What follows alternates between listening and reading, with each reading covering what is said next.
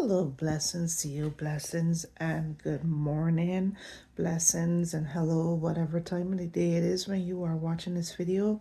Thank you for clicking on this video. I'm Letitia. I'm a 42-year-old millennial immigrant mom of 5 children. I'm a homeschooling, home managing mom. I'm an idealist, an infj empath, a light worker, a poet, a writer, and I consider myself a new earth messenger. I am an intuitive and so many things. And this video the theme of this video is what I call early morning thoughts. But today's video is early, early morning thoughts because it's actually around 2 a.m. in the morning. And I woke up a little after 1 and my mind's been going a little bit. And I have the kind of thoughts this morning. I'm having the kind of like mental downloads this morning that I feel like I had to record. I had to share. So hopefully they will come out well, because oftentimes when I click the record button, my thoughts haven't been fully formed yet. Because here's the thing about me: if I fully form them before I click the record button, they're not going to come out right. They have to flow while I am speaking it out for the first time. These downloads have to come down naturally. So you have to kind of witness them form in real time, because if I farm them in my head and then I try to record it, then I try to write it down, or I try to get it together, then record, it doesn't work for me. It doesn't work for me that way. So a lot of the times when you are watching me share my perspective, they are so authentic. That's the reason why I kind of stumble with my words a little bit. They don't always come out clearly. They because it's being formed while I'm recording, because it's not going to work any other way. Writing it down first, get it together first, and then recording doesn't work for me. I have to do it in real time and share that experience with you as I bring those thoughts together. So this is our early morning thoughts. I already feel rested. I already feel like there's no more sleep left. I feel like I'm up. I feel like I'm awake. I feel like I'm going to be awake for a while. Maybe I'll end up taking a nap during the day because I don't think I got any more sleep left in me. So what was I thinking? I was thinking about me. I was thinking about my channel. I was thinking about I was thinking about this whole moment in time, and about the rules that we are all playing, the experiences that we are all having at this time, and how those experiences may differ from each other, not may differ, how they do differ from each other.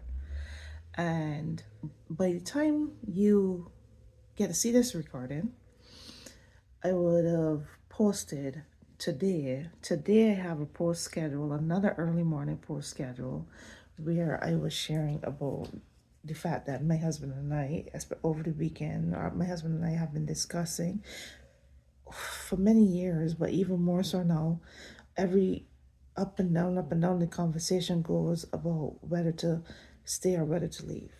There was one point, actually last year, in 2023, we had decided to leave. We had decided to work towards leaving the United States. And I spent half of 2023 letting go of things in my life, sorting through the things that we had collected over the years, and basically only keeping the things that really matter, the things that we, keeping about maybe like 20% of our stuff, and letting go of things, donating, throwing away. I had it in 2023. I was debating whether to do a yard sale, whether to try to sell some things, and I ended up selling nothing, because I felt like I didn't have the energy for it. So I ended up either giving away what no longer served us, or at least what we felt no longer served us, what we were willing to let go of, and donating some stuff. And we kept like we narrowed our things down to like maybe like 20%, you know, to 20% of stuff. And the goal was initially to move somewhere else, not even here where we are. The goal was to move somewhere else, to downsize, to move somewhere else, to pay less rent. Because where we lived before, we lived on a farm, and it was a nice home. The rent was high. You know, it didn't start out high, but it got high. The rent was high. It was a nice home, and the property was huge. It was so incredible. I wanted that I wanted to own that farm so badly, and I had dreams about owning that farm. And it took me a while to realize that I just had to let go of that dream. It took me a while to surrender and realize that it probably wasn't for us, and to let go of that dream and pursue something else. You know, go after something else. And the something that we were thinking is that we were going to leave the US and probably move back to the Caribbean and, you know, live a different life. Live a different life, live a different life in somewhere different. And, you know, there was a lot of weird things happen. A lot of strange things happen that made the plans not happen quite according to plan. And I went through some stuff. I had to deal with some trauma. I experienced things that I didn't expect to experience. We moved back to the city, not permanently, but because we kind of was like in limbo, because where we were supposed to be going wasn't working out. The door wasn't opening. It just wasn't happening. So we were kind of like in limbo. So we ended up staying with a friend in the city where we used to live, where we lived when we first came here, in a completely different state, in a neighboring state. And it is from moving back into the city that I kind of started to realize, and I learned how I was able to overcome my anxiety, why I had anxiety in the first place, why I struggled with the things that I struggled with, and what was the difference between living there and living here in this state, in the different areas in which we live. I realized that we moved to quieter places. We lived in the suburbs, but it was quiet. We had a yard and all that kind of stuff. And then from there, we moved to the farm. Again, quiet, spacious, big, open air, and just a different vibe to being in the city. Being in the city with the noise, and the air wasn't quite as fresh, and it was congested, and it was energetically heavy, and I was absorbing the energy and the noise and the busyness of the city, and it was taking a toll on me. And I was only there. We were only there for 6 weeks, but I felt a desperation of wanting to leave. I needed to go. I felt a desperate. It was making me sick. I couldn't stay there any longer than I did. I couldn't manage it. I couldn't deal with it, stay there any longer than we did. And and then this house where we are now presented itself. But the funny thing is, the house presented itself as it was an unexpected thing. It was unexpected for the person that lived here, the owner of this house. He wasn't planning to be leaving this house anytime soon. You know, he happened to be a friend of the person that owned the other house that we were gonna go to, which was a whole different vibe to this one. This one is bigger, and because the doors wasn't opening, because the doors was stuck, because she wasn't able to make it happen for us, she had a conversation with the person that owned this house, you know, And because of that, the opportunity presented itself for us to move out of the city in just in time for the holidays, move out of the city, sooner than later, which I really needed to do. I desperately needed to do it because I was getting sick and I was uncomfortable and I was feeling I was going through some terrible things. It felt awful. And um the interesting thing is this house was a huge mess. Every single room was a mess. It was unhealthy. It was full of stuff. This basement that we're in now, every room was awful. A mess. This laundry room that we're in, this laundry room was a laundry room and it had a masculine energy to it. So it was not only just a laundry room, but it was, so when you see this laundry room, it isn't very pretty right now because it still needs work. It still needs work, but at least it's clean. It's cleaner. It's messy now because of our own mess, but it's not the kind of messy it was when we first moved here. When we first moved into this room, this house, this laundry room had wall shelves, and it was like it was a laundry room slash some sort of like, it was very masculine. It had pants, it had tools, it had a table saw thing. It was very, very, very masculine room, and it was dusty and messy and awful. And even had like containers of old cat litter that wasn't disposed of. It was terrible. And the basement, every single room in the basement was full of stuff. Nowhere to walk, just full of stuff. And the rooms upstairs, full of stuff, dusty. It was a lot of cat fur. It was very, very, it was like a hoarder's house with cat fur and dust, and it was honestly gross. It was honestly in a terrible shape. And I came here and I felt like so desperately in need of getting out of the city and getting back into the country that I could have looked past all that. I also noticed, I saw even the yard was a mess too. Every single part of this property was a mess.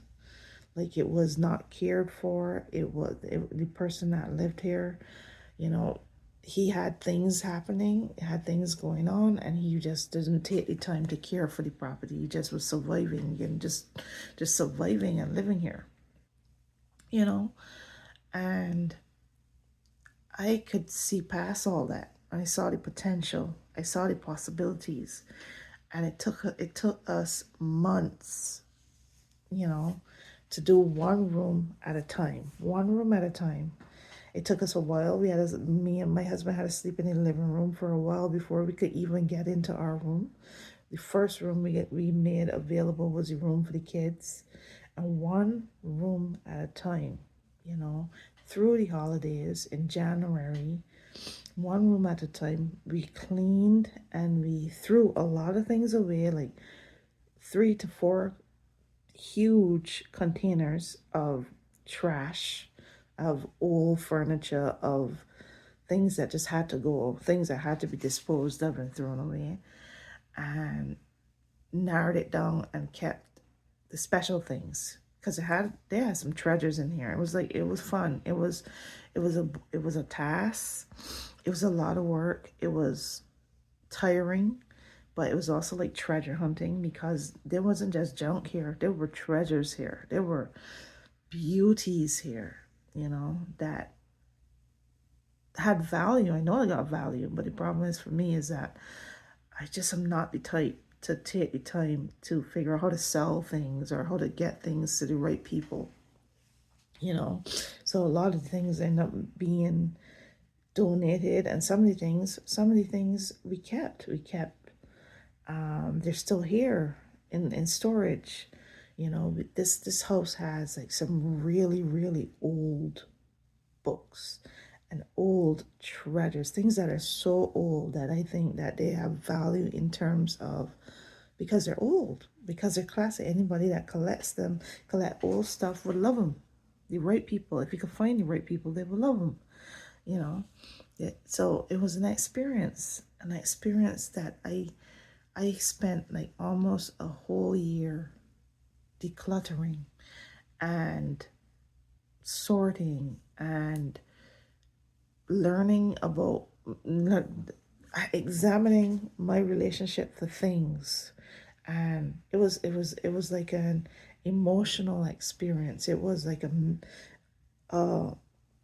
it wasn't just cleaning. It was a mental, emotional, psychological experience, a psychological examination of my relationship to things. And it shaped me into a kind of minimalist, but I'm not exactly a minimalist. I'm trying to figure out if there's even a term for a person who isn't a minimalist but doesn't want to, but sort of to the extent that I want a lot less things. I want a lot less things. I don't desire to have a lot of things in storage and keep things that we are just keeping for keeping sake. I desire to only have things that spark joy, that, is being used right now in the present, that I don't desire to keep things for keeping them safe, no matter how pretty they are. And because of the experience that I had, there's so many pretty things that even those pretty things, I'm like, these things gotta go because they're taking up space and I'm not using them, and they're just taking up too much space. And it becomes a mental trauma for me and pressure for me to have things that I don't use and don't need that is taking up space. And I still experiencing the trauma from that. And I feel like that trauma came out of the experience that I just had, you know, for where I spent almost a whole year, it, deep in things and things and things and things and certain things and thinking about things and letting go of things and just so many freaking things. After experiencing my things, my friend that we ended up staying at, her home also had a lot of things, so many things to the point that we even had to clean up a lot of this stuff in order to make room for our family to stay with her for the time that we did. So after dealing with my things, I ended up dealing with her things to a certain extent, just to make room for my family, because there were so many things that there wasn't any room for my family per se. And after that, then I had to come and deal with the person that lived here and the family that lived here. I had to deal with their things. So I had to experience an experience with things and things and things, to the point that things traumatize me. Too many things traumatize me. And I want to get rid of things. I'm still in the stage of wanting to get rid of more things. You know, I kind of wish I could hire people to do it for me, because I'm tired dealing with things, but I wanted things to go. So it was an experience. And that wasn't where I saw this conversation going, because that's not exactly what I was thinking about. But what I was actually thinking about is here, where I am now, and thinking about all of us and the roles that we're playing right now, you know. And if I had a bigger audience, I feel like a lot of people may possibly think, okay, well, how could you do such and such, and how could you be in such a space, and how could you be this, and how could you, they would question the way how I am maybe handling this period. Maybe people might think that I should be more fearful. People may think that I should be, maybe, I'm just speculating, doing things differently. I feel as though you guys, not you, but any people probably will be looking at other people and wondering, why are they doing this time like this? Why are they doing what they're doing? Why are they not doing this and why are they not doing that? And they should be doing this and they should be doing that. And I've always shared that I feel like whatever you are doing right now is what you are supposed to be doing. Whatever you feel called to do, whatever comes natural for you.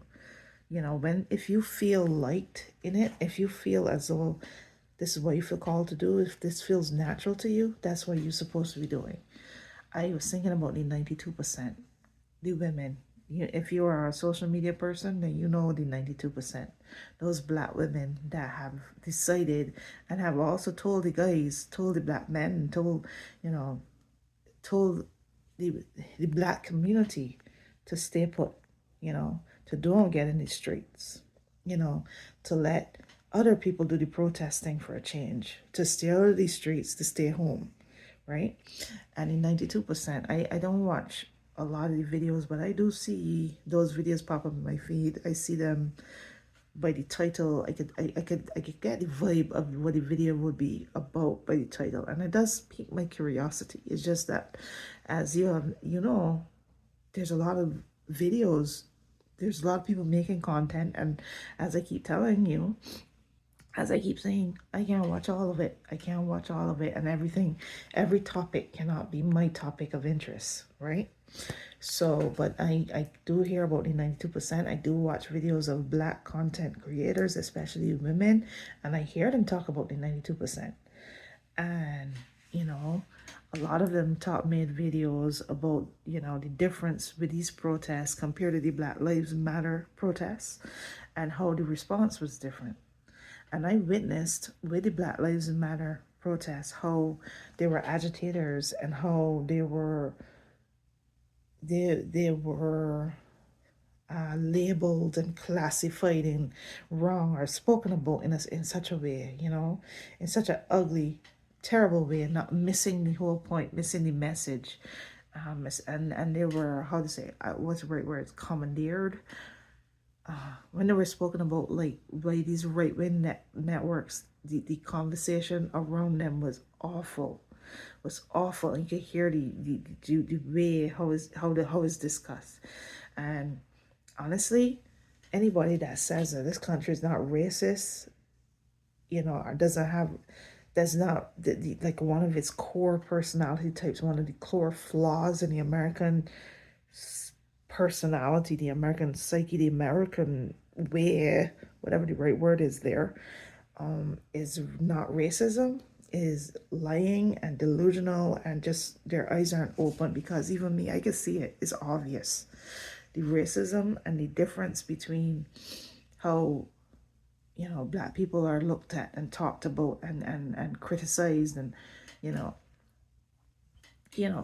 discussed in this country compared to other people, and the expectations, how different it is very, very noticeable and obvious. And a lot of a lot of black content creators, the ones that I saw, the women that I watch sometimes, talked about the difference, and because of the 92% staying home, and also because of the black men staying home, not all of them, but the community stayed home enough to be not the predominant color at these protests. And the protests had a different vibe.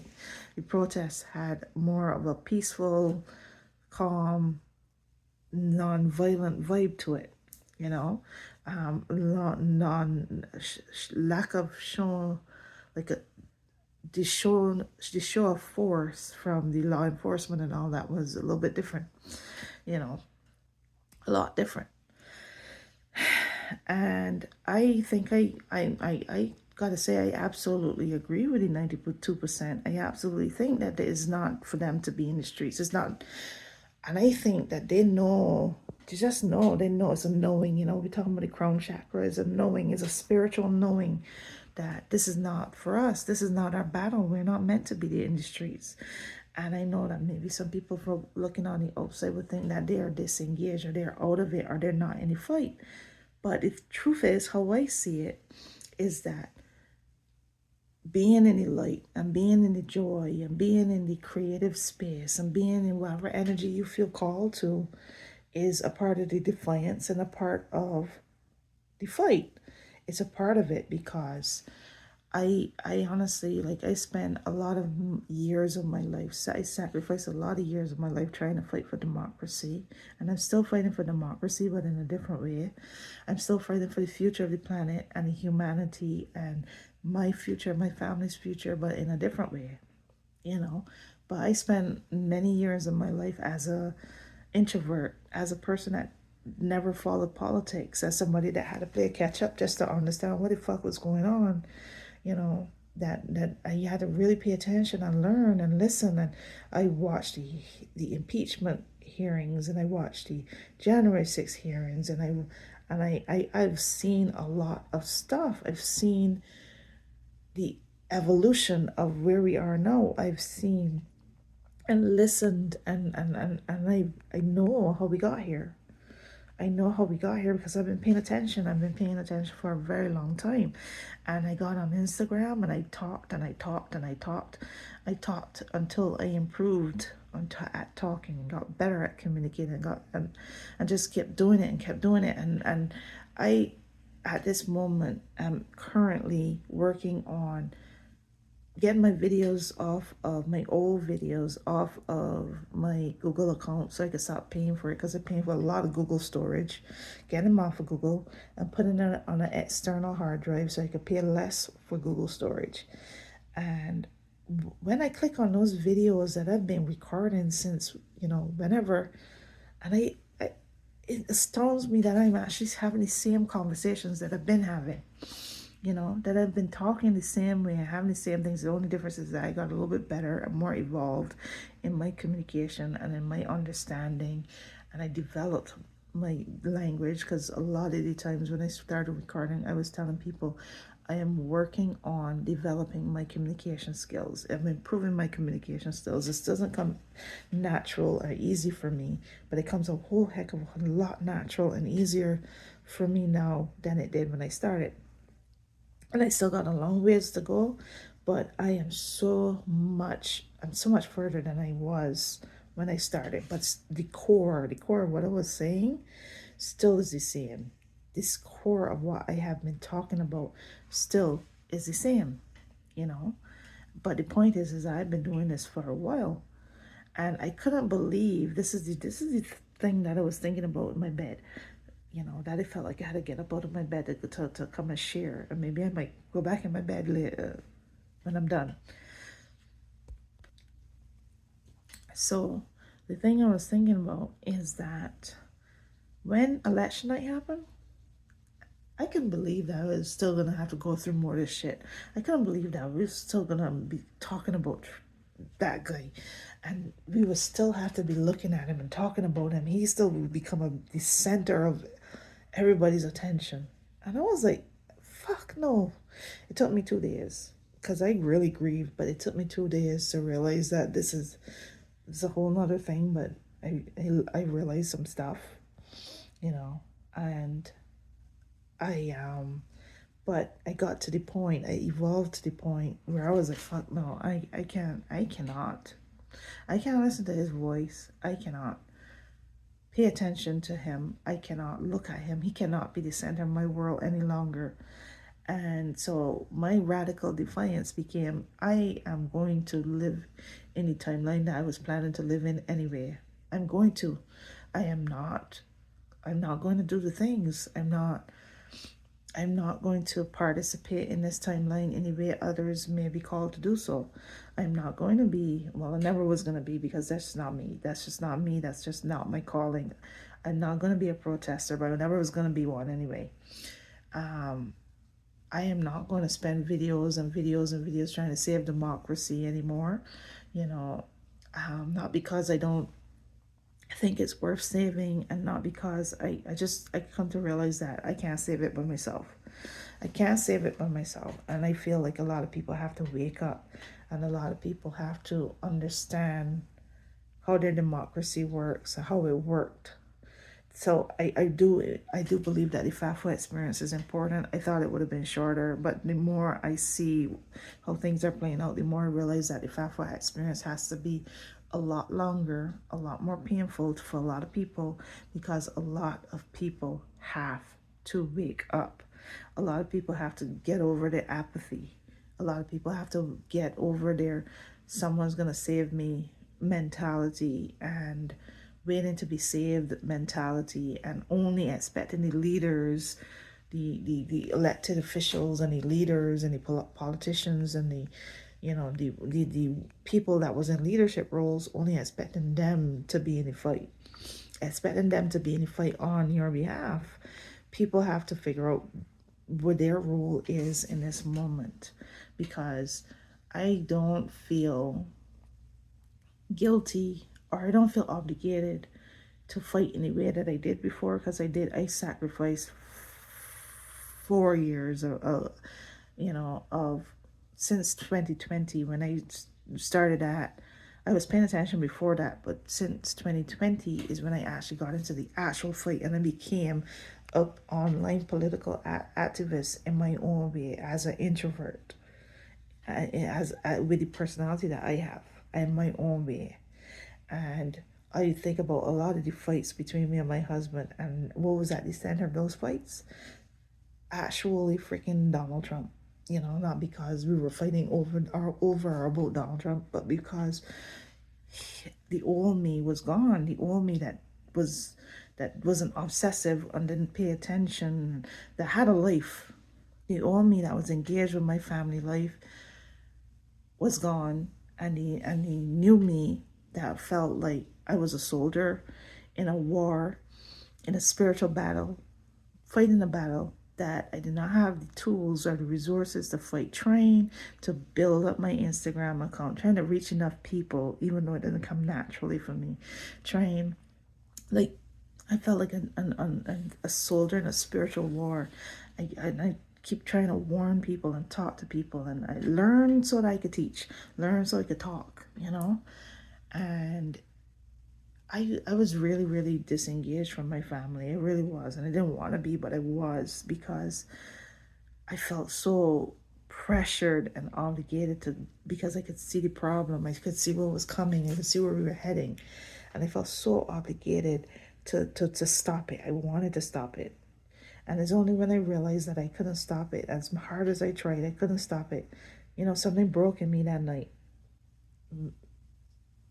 Something broke in me during the end of it, the end of that fight, and seeing what I saw, and then feeling what I felt, and experiencing it, and seeing what the other side of it looked like, and it was awful. It felt horrible.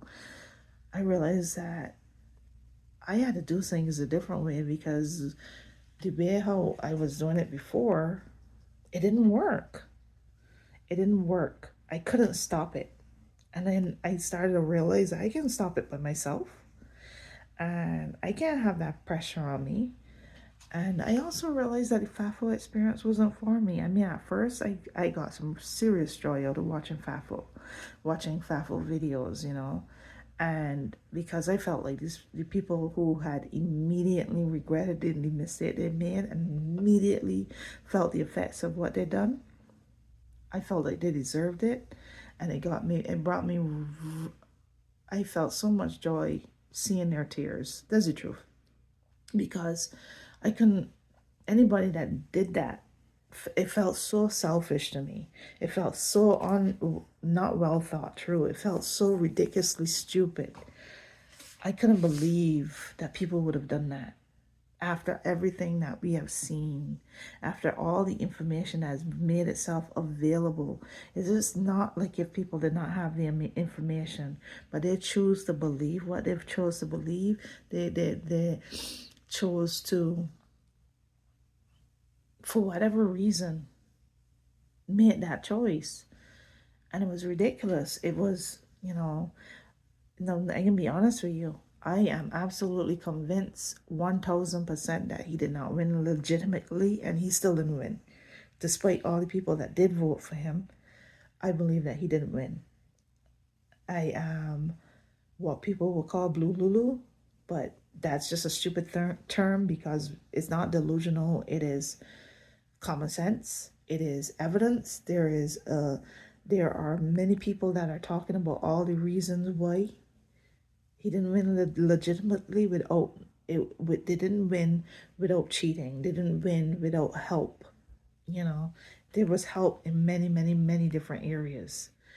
There is a group on here called Election Truth Alliance that is looking into one of the areas, but there are many ways in which he didn't win legitimately without cheating, because he's a cheater and a liar, you know, and he aligned himself with money people, and money people did their money things. He aligned himself with foreign adversaries to this country, and they did their thing, right? So that's that. But there were still people that vote for him, and those people did a stupid thing. They did a stupid thing.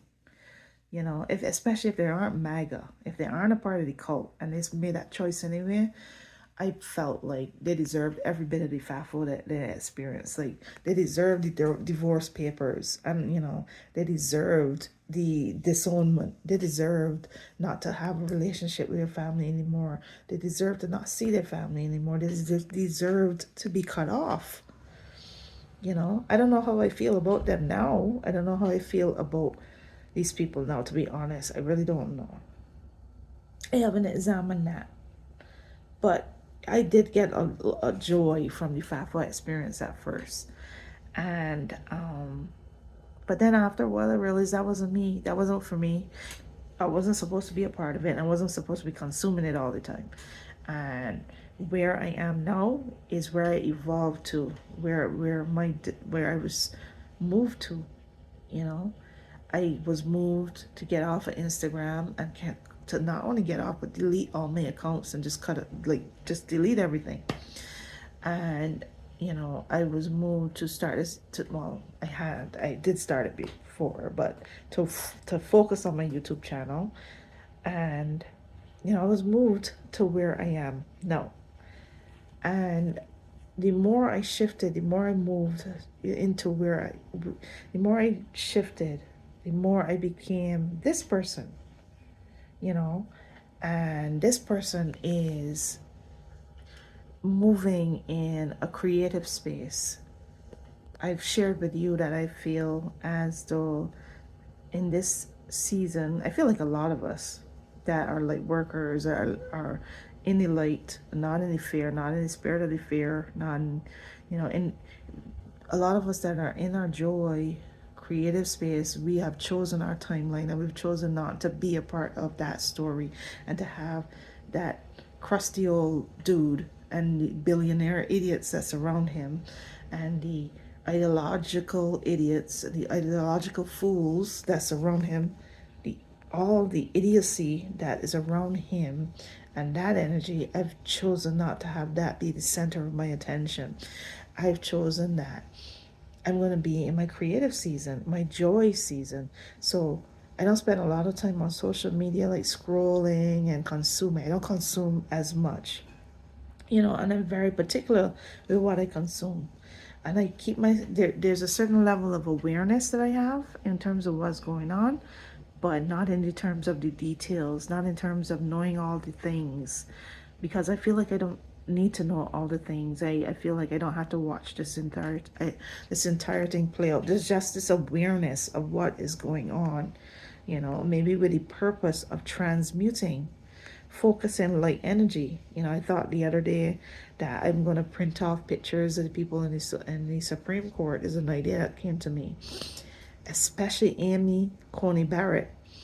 And I'm going to send light energy to Amy Coney Barrett mostly, and to the women mostly, but send light energy and mentally focus prayers and light energy onto the Supreme Court. I don't know what good that's going to do, but, it's something. It's a thought that I had. But I think that a lot of the light energy need to focus on Amy Coney Barrett, because we need to transmute. She needs to unlearn some things, and she needs to side with the women, and she needs to side with the future. her children, and not the men and their stupidity, you know. Not the religion and the ideology that she has, grown up in, or matured in, whatever. I feel like we got to focus our light energy on Amy Coney Barrett, and hopefully transmute, hopefully shift her perspective. Hopefully she see her become a different judge and become a different person, and kind of like become someone who may not be as secure for the right-wing agenda, the Project 2025 agenda, as people was hoping that she would be when they put her there, that Donald Trump and those people that put her there was hoping she would be. I mean, that's going to take a lot of courage and bravery on her part. But if enough of us could focus that light energy on her, if, to believe is possible, well, it would be interesting to see. But anyhow, I believe that I am in my creator season, and like part of me was thinking, okay, well, should we go, like that question. And every time I ask that question, I feel as though my intuition or my guides or, the divine is telling me, no, stay put, stay put. And, when I moved to this house, this is another, this conversation, this video is going on a little bit too long, so I have to cut it off, I guess. But when I moved to this house, and I told you that every single room was a mess, well, there was a special room upstairs that was a sewing room, and it was full of stuff, but it was the energy, the feminine energy, the feminine divine energy that was in there. I felt it, and I knew. At first I thought it was going to be my son's room. I thought the kids was just going to get that whole floor, but then I started to realize that this room was for me. This room was the room that I was wanting and desiring for many, many years of my life. This room was my serenity room, the room that I was dreaming about and praying about for a long time. That special space for me as I evolve and I create and I become that butterfly, in my butterfly season. And I see the room is shifting energy, and I am becoming somebody different through in this room, and I'm a creator in that room, right? And to end this video, to end the thought of all thoughts, the thought that was this whole thing was about, is that we are all in our various seasons in this period, and every single one of it, every bit of it, everything that we are doing matters. Like I said, we are going through whatever we're meant to go through, and we're experiencing it however we're meant to experience it, and we're called to do whatever we're called to do, and we're called to respond to it however we're called to respond to it. Because I'm watching people step up and become the leaders that they never thought they were, they thought they would become. Watching Cliff Cash comedy, he's a comedian, become an activist organizing big protests. I'm watching people evolve and their leadership and their focus, becoming the leaders of this time. And some people are stepping back and becoming something else, moving into a different season, a different period. And just everything that we are doing right now, it matters and is important. And the season that I'm in my creator season. I am in my light season, my creator season, my butterfly season. And that is important too. All of that is a form of defiance. Everything that we're doing now is for the greater good, is to evolve, is for us to become what we were meant to become. The shifting is for the greater good. It's for us to become what we're meant to become. And if we're going through some dark things right now, it's because that's the season that we're in. I am not in that season because I've been in that season. I just came out of it.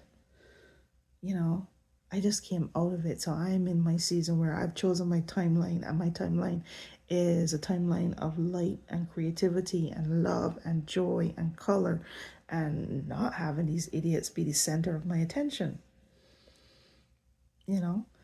And I'm hoping to grow this YouTube account because I want people to, who might be in that season as well, or might learn from me in different ways or be inspired by me in different ways.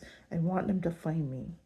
So thank you for your patience. Thank you for listening to me share my early morning thoughts. And I appreciate you. I appreciate you. Peace, blessings, and we'll talk again. Thank you for watching. Oh, don't forget to like, share, subscribe, follow, all the things. I don't know. Like, share, subscribe, comment. Yeah, thank you. Peace and blessings.